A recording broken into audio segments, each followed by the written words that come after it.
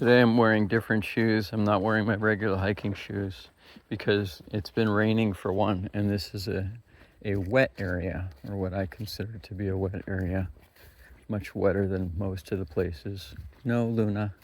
No. Keep going. There you go. There we go. Here's some mud right here. And their puncheons are out, but they're not in use and that, and it hasn't been mowed for a while, so I'll check myself when I get back. I don't expect any ticks. Usually when it rains, the ticks aren't out, but ticks are in their nymph stage. Right now, here we go. These puncheons are more what I'm used to. And here they've put roofing material on top of them for grip, which is great. The only downside for these width of puncheons is that they're not really wheelchair accessible. They would need to be twice as wide and go the other direction across. But yeah, this is a nice wet area, and it's been cleaned up a little bit. I remember coming through here before and it was just thicket. None of these trees were here either. Of course, it's been a few years. I've had her for 4 years. She's 4.5 years. So I haven't been here in that long, so these things have grown up quite a bit. I remember there being grapevines down low, so it's interesting that now I'm walking underneath them.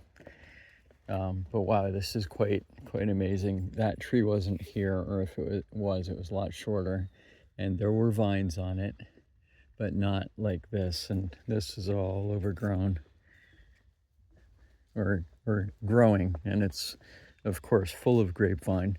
Grapevine is a wonderful thing if you can find a clean patch of it that's not in a conservation area or privately owned land. And the grape leaves can be used to make stuffed grape leaves, of course. And you just nip them off with your finger, and then you soak them in a 10% salt solution, and then change that to a 2% solution after they've been sitting so the higher concentrate of salt sort of breaks open the acids and so on, starts to break it down, and then move it to another, not a bath, but for fermentation, go with 2%.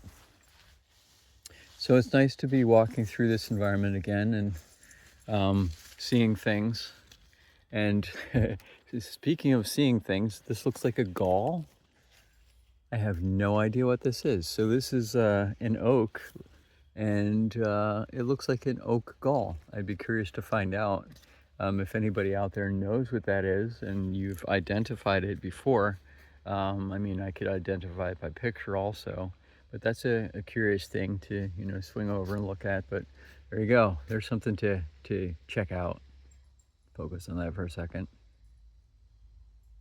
It's an awful weird looking thing. And again, this is an oak. It's a little oak, so I'm a little concerned that it's infested with something, but interesting. Have a great day. Cheers.